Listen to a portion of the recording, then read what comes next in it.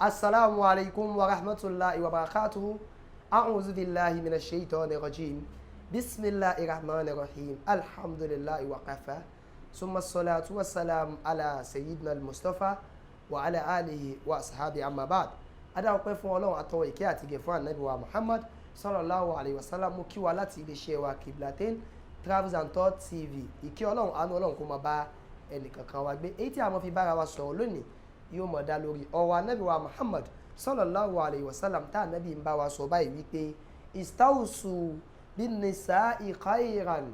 Ànábì ní ẹ tọ́jú àwọn obìnrin yín dáadáa. Bí obìnrin bá jẹ́ ọmọ, tọ́jú ẹ̀ dáadáa. Bí obìnrin bá wá jẹ́ aya fún ọ, ṣètọ́jú ẹ̀ dáadáa. Bí obìnrin bá wá jẹ́ ìyá fún ọ, ṣiṣẹ́ àlùjànnà látara àyà rẹ̀. Gbogbo ọ̀nà mẹ́tẹ̀ẹ̀ta tá a lè gbà fi ní obìnrin lẹ́gbẹ̀ẹ́ yìí ká rí i dájú wípé à ń ṣe dáadáa sí obìnrin. Ọ̀pọ̀lọpọ̀ ọkùnrin ló wá gbé obìnrin sílé tẹ́bí sì ń pa tóun ò sì mọ̀. Ọ̀pọ̀lọpọ̀ ọkùnrin ló gbé obìnrin sílé tí ó sì wẹ̀yìn wò mọ́. Tá a bá wá sọ wípé ebi ń pa obìnrin kò túmọ̀ wípé ebi oúnjẹ ní ń pa, nítorí wípé ó lè máa fi owó ọbẹ̀ ẹlẹ̀ láàárọ̀ lọ́sàn-án lálẹ́ tòun ti bẹ́ẹ̀ náà rè ebi ó sì tún máa pàyàwó rẹ̀.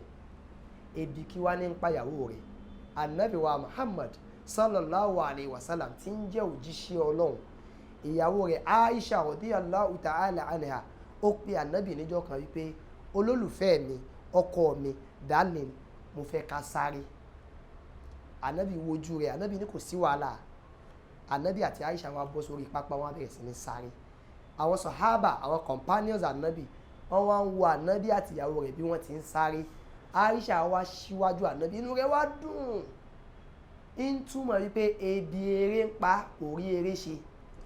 Ebi attention lè máa pa obìnrin, kódà ebi ìfẹ́ lè máa pa obìnrin. Obìnrin lè máa mísì àwọn ìgbà tóun àtọkọ rẹ̀ kọ́kọ́ pàdé. Tébi yẹn bá wá ń pa tó bá wá na kinní yẹn sọ́kọ rẹ̀, ìwọ ọkọ mọ́ ló busy ní tóbìnrin bá fẹ́ fún un. Ọ̀rọ̀ obìnrin kọjá ọ̀rọ̀ mo fún un lówó oúnjẹ, mo fún un lówó ọbẹ̀, mo raṣọ fún un. Àmọye ebi ní ń pa obìnrin tó yàtọ̀ sí ebi tó ń jẹ. Ebi eré lè pa, ó lè máa wá ẹni tó fẹ́ bá ṣeré. Bí ìwọ ọkọ ò bá wà available, ẹlòmíì lè wà available o. Ebi attention lè máa pa, ó lè fẹ́ sọ̀rọ̀ tí ò réyàn tó fẹ́ bá sọ̀rọ̀. Obìnrin ní báyìí tó bá pe ọkọ rẹ̀ jókòó lẹ̀ pé bá lè mo fẹ́ bá yín sọ̀rọ̀, àsìkò yẹn lọ kó mọ tẹ fóònù, àsìkò yẹn lọ kó mọ gbọ́ orin. Yóò máa ní mò ń gbọ́, mo ń fetí kan gbọ́ orin ni, mo ń fetí kan gbọ́rọ̀ rẹ̀. Ànábì Muhammad sallallahu alaihi wasallam, ẹni tọ́lọ́run bá dá ṣàlẹ́ṣà gan, òun gan ò kí ń fi ọ̀rọ̀ obìnrin gbọ́ orin. Nítorí wípé bí ebi bá ń pa obìnrin tó ò bá tètè fún un, yóò bọ́ sí ìkanra fún un. Ebi oorun ó wà lè máa pa obìnrin náà. Obìnrin lè mísì ọkọ rẹ̀ kó máa fọwọ́ pa ọkọ rẹ̀ lára. Ìwọ ọkùnrin má jẹ́ kí ìyàwó rẹ̀ sọ̀rọ̀ yìí pé ẹ jẹ́ á ṣeré kó tó mọ̀ yìí pé ebi ń pa. Ọkùnrin tó bá ní làákàyè kò dìgbà tóbìnrin yẹn bá tó sọ pé ẹ jẹ́ á ṣeré kọkùnrin tó mọ̀ yìí pé ebi kíní yìí ti ń pa obìnrin yìí kó sì fún lóúnjẹ rẹ̀ jẹ lásìkò. Ọkùnrin báyìí yóò máa fi oúnjẹ òun yóò máa fi jẹ obìnrin yẹn níyà, yóò máa ní mò ń fún lówó, mò ń fún lówó. Lóò fún lówó àmọ́ ebi ń pa náà lábẹ́ rẹ̀. Àwọn ebi tí wọ́n wá ń pa obìnrin, ebi attention, ebi care. Kódà ìyálà wa Aisha radiyallahu ta'ala anha níjọ́ kan ó gbọ́ tá Ànábì wa Muhammad sallallahu alaihi wasallam tá Ànábì ń ròyìn Khadija rẹ̀ ti ṣaláìsí. Kò mọ̀gbà tó bọ̀ta tó ní àkílódé ẹ sì mọ̀ dárúkọ Khadija bí ipá wa ní ò tiẹ̀ mọ̀ ṣe. Ẹ sì mọ̀ dárúkọ Khadija ẹni tó ti kú ṣé ẹ fẹ́ lọ bá lọ́run ni.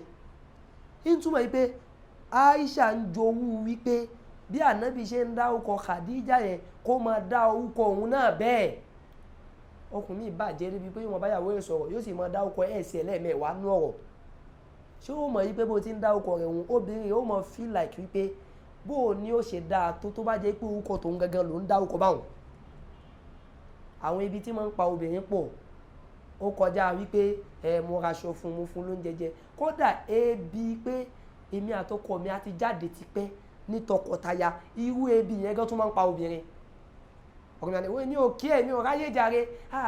Àmọ́ lẹ́ẹ̀kọ̀ọ̀kan tún máa kí ẹ̀ náà nítorí tébi yẹn bá pa jù yóò bòódì lára ẹ̀ wọ́n dẹ̀ ní an hungry man is an angry man ó túmọ̀ yìí pé an hungry woman is an angry woman obìnrin tẹ́bi bá ń pa yóò máa kanra ọkùnrin àni ìyàwó mi ò tiẹ̀ mọ nǹkan tó dé ó kàn náàgì ni ó kàn kanra ni kì í ṣe tí ń ṣẹlẹ̀ lọ́wọ́lọ́wọ́ yìí ní mú kanra àwọn nǹkan kan wà tó nídìí tí ò rí tí ò wá mọ bó ti lè sọ gan èmi ìgẹ́ wà tó ti sọ tó rí pé nǹkan kan ò yí padà àfi àwọn ọkùnrin ìwọ náà gbọ́dọ̀ mọ ṣẹ́ẹ̀kì ara rẹ gbọ́dọ̀ mọ ṣẹ́ẹ̀kì ara rẹ ọkùnrin kan gbóbìnrin sílé ọmọ ṣe anniversary 10 years 20 years 30 years obìnrin yóò mọ̀ á béèrè lọ́wọ́ rẹ̀ pé dàkú kí ni mo ń ṣe anniversary lé lórí gan lóòótọ́ ẹ̀ ń bímọ lóòótọ́ àmọ́ kí ló ń ṣe anniversary lé lórí ṣe ẹ̀ ń ṣe lórí attention ni àbí lórí love àbí lórí care àbí lórí passion àbí lórí àwọn lovely moments ọkùnrin àti obìnrin báyìí wọn ò ní fọ́tò kan báyìí tọ́jọ́ ìyà tọ́jọ́ rẹ́rìn yàrí bí wọ́n bá ya fọ́tò báyìí wọ́n jọ lejú ìyàwó lejú ọkọ náà ó lejú nígbà tí wọ́n ń jà nígbà tí wọ́n bá so ọ̀tá méjì papọ̀ mọ́ ara wọn anabi muhammadu sallallahu alayhi wa sallam ẹgbẹ́ mo ń dárúkọ anabi látẹ̀kan nítorí pé ẹ̀kọ́ pọ̀ láàrin tá a fẹ́ kọ́ òun sì ló kọ́ wa lẹ́kọ̀ọ́ tó pọ̀ nípa obìnrin yìí ló jẹ́ ká mọ̀ wípé ebi tó máa ń pa obìnrin pọ̀ ń ṣe ebi oúnjẹ nìkan o ọkùnrin mi wà lóòótọ́ iṣẹ́ rẹ̀ ò fààyè lẹ̀ fún láti wà nílé àmọ́ gbà tó o bá sí nílé náà tó bá wà lọ́fíìsì náà tásìkò ààyè ọ̀rọ̀ bá yọ bá a sọ̀rọ̀ ẹlòmíì ò lè báyàwó ẹ̀ sọ̀rọ̀ lórí fóònù fún 20 minutes ó dẹ̀ lè bá lè sọ̀rọ̀ fún 1 hour yóò máa rẹ́yìn kàákàá tóbìnrin yẹn bá rí tó ń sọ̀rọ̀ 20 minutes 1 hour nulẹ̀ obìnrin yóò jowú yóò rí pé ẹ̀rí tẹ́mi bá sì ń bá wọn sọ̀rọ̀ kò sáyè ló mọ̀ sọ tẹ́bi ọ̀rọ̀ bá wá ń pa tó fẹ́ sọ̀rọ̀ àbí ó fẹ́ báyàn sọ̀rọ̀ àbí ó fẹ́ gbọ́rọ̀ lọ́dọ̀ ẹ̀ nìkan dákun tètè fún o nítorí pé tó bá feel like tó fẹ́ gist tí ò bá rẹni tó máa bá gist yóò lọ bẹ́ẹ̀ lómi gist o tó bá feel like pé ó fẹ́ gbọ́ advice tí ò bá rá advice gbọ́ lọ́dọ̀ rẹ̀ yóò wá advice lọ́wọ́ mi o tó bá feel like ó fẹ́ ṣe eré tí ò bá rí eré lọ́dọ̀ rẹ̀ yóò wá lọ́wọ́ mi kó tó wá lọ́wọ́ mi dákun fún un.